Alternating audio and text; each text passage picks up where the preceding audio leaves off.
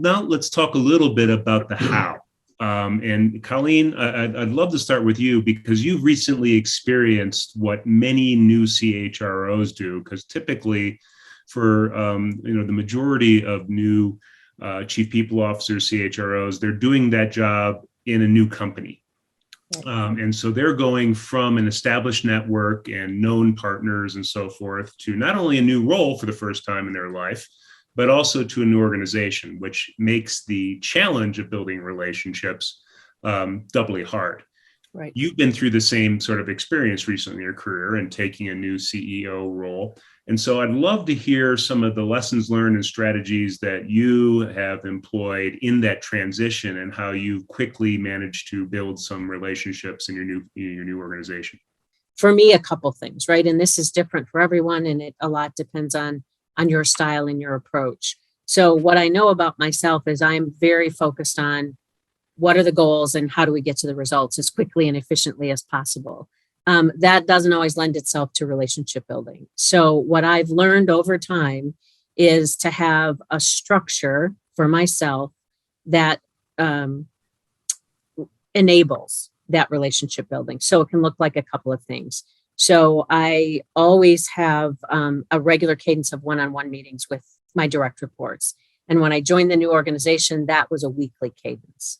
It goes, it kind of backs off as you get more comfortable with each other, and you can just very naturally, interact, and you don't have to have the structure necessarily. But I still have a monthly one-on-one with every member of my team. So we get that dedicated time to talk about the things that aren't transactional and aren't urgent, right? We're talking about their team. We're talking about how they're doing against their goals. We're talking about, their development and interests.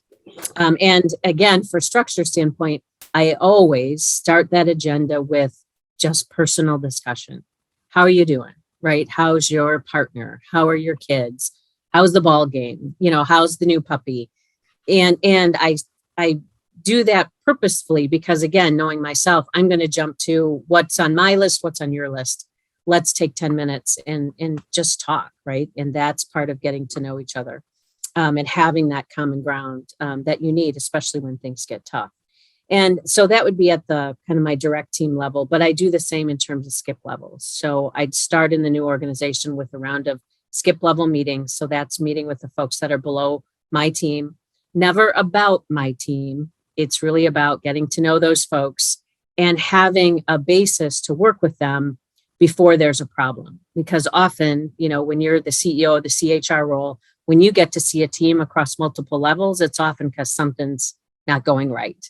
And you're either reviewing their solution or you're trying to make sure that they really work their way through the problem. If the first time you're meeting people or they're interacting with you is in that environment, it's less likely you're going to get their best work because they're going to have all these other scripts going on in their heads, right? What does she want? What does she expect? What's her style? Am I saying too much, not enough? So those skip levels are really important, I think, to make us more efficient and effective going forward and to build the relationship. So you can have the hallway conversation or even the first 5 minutes of the Zoom meeting conversation about, the personal connection and how folks are doing.